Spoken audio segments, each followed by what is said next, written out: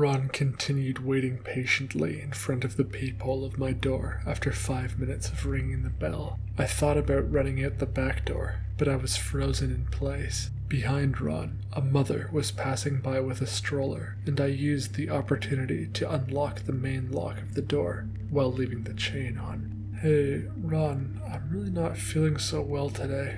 I feel kind of hazy and hungover." Ron stared at me, expressionless through the crack in the door, and turned around to see the mother behind him on the sidewalk. I took this to mean he had considered forcing an entry. "Oh really? You're gonna play hooky?" He feigned cheerfulness. "Oh, I'll be in a little later. I just need some time. Just don't let Stu know, eh?"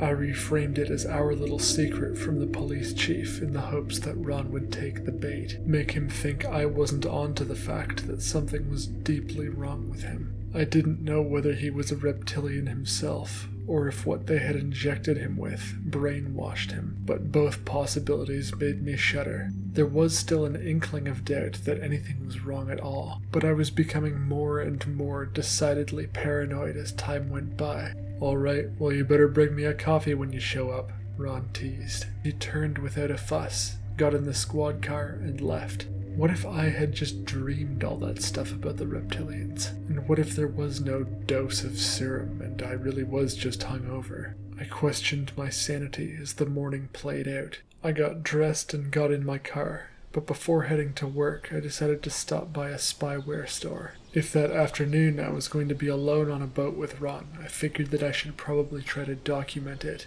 I would keep my guard up, and if he tried anything on me, I would stop him and show the chief of police. I don't know where I would go from there. Maybe a restraining order? I bought a pen cam. Just as it sounds, it's a camera that looks like a pen. Had a built-in microphone as well, with pretty decent sound. It tucked into the front shirt pocket, and by clicking the pen, you turned on the camera and microphone. With this small insurance policy, I felt ready to head to work, stopping for Ron's coffee on the way. Nothing appeared out of the ordinary as I arrived at the office. Everyone was busy chatting with each other, and Ron was no exception. I walked over to his desk and slapped his coffee down. "You ready?" I asked. "Yeah, get me out of here," he teased the people he had been conversing with. We popped on our sunglasses and climbed into our armored motorboat. The deck of the boat was only about 8 feet long, but I climbed up to the bow and sat facing the stern, where Ron operated the motor. He usually liked to steer. It was a beautiful day, and the sun was blinding as we set off on our usual route. If he was an imposter, he certainly had a lot of Ron's knowledge. We still seemed to get along famously, and a couple times I even found myself laughing out loud. There's this bay we like to go to eat lunch, where the trees hang over the water, shielding us from the sun. I talk with my hands, and while doing so, I accidentally flung one of my sandwiches into the water. It was well sealed, floating inside a Ziploc bag. I leaned over the edge of the boat to retrieve it, and when I turned back towards the stern, Ron was standing up. He had closed about half the distance to me, and his hand was in his pocket. He was looking at something on the deck, a dead leaf or something, although moments ago in my peripheral vision I knew he had been looking at me. Adrenaline shot through my system as again I remembered that not all was well. My hand hovered over my gun, although I didn't want to make it too obvious. Then again, neither did he. Ron picked up the leaf from the deck of the boat and tossed it overboard, then sat back down beside the motor like nothing happened. I clicked the pen in my pocket, turning it on. It had about 12 hours of battery life, more than enough to make it through the rest of the day. Ron was a lot quieter the rest of the day, like he couldn't stop thinking about his near miss. He looked at me a lot less, but I wouldn't expect that level of shame from a reptilian. When we made it back to base at the end of our shifts, we exchanged cordial goodbyes, got in our respective vehicles, and drove off. He didn't try to follow me, and he wasn't watching me in any kind of suspicious way. I bought a pizza on my way home, locked all the doors and shut all the blinds once inside.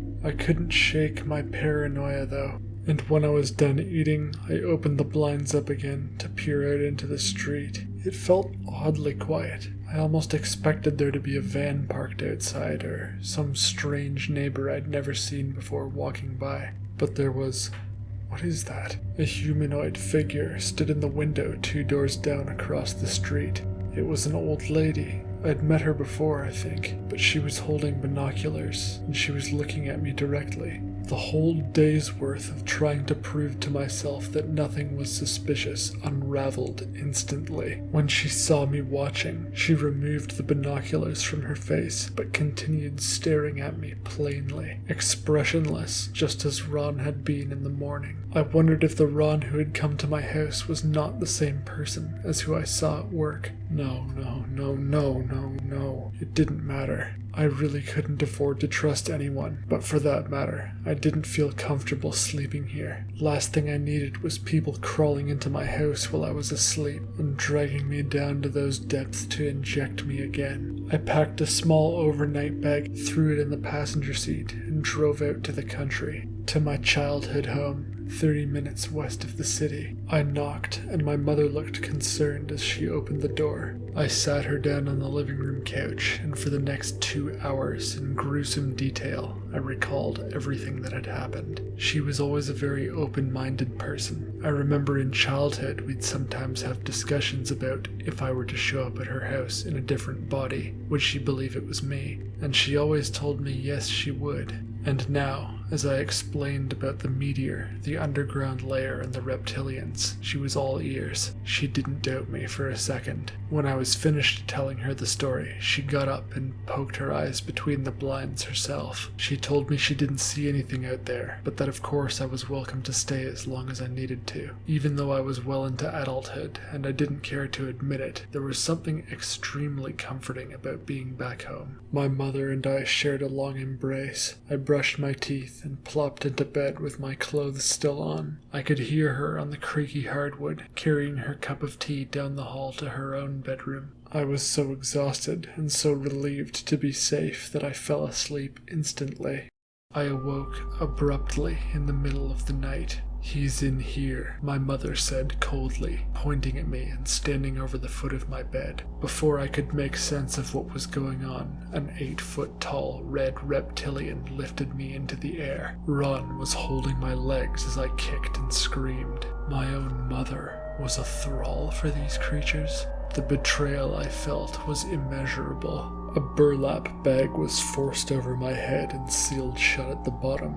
It was hard to breathe, but I managed. I could feel the air changing around me, as I assumed we were descending to that same place where I had avoided injection. And sure enough, when the hood came off, I faced 3 8-foot-tall reptilians and my partner, Ron. As was becoming a nightly ritual, I found myself on my knees with my hands tied behind my back. "What are you doing with me? What do you want?" I pleaded in my terror. "I think you're well aware, Jesse. You peeked behind the curtain, and now you must forget." "Who are you? What is this?" I asked the largest reptilian, who was clearly in charge. "You think yours is the only intelligent species to arise on this planet, Jesse? Reptiles were the dominant force on this planet for twice as long as mammals have been. Tell me, Jesse, if an asteroid were coming to Earth right now, what would the humans do? Even if you survived the initial blast, scorching hot clouds would cover the Earth for years, blocking the light of the sun, preventing the growth of crops. What would you do to survive?" "Well, Jesse, I'll answer that for you. You'd have to go underground. You'd have to find an alternate food source, another way to sustain yourself. And well, Jesse, that's exactly what we did. You think humans are running the show? No. We've been here running the show for much longer.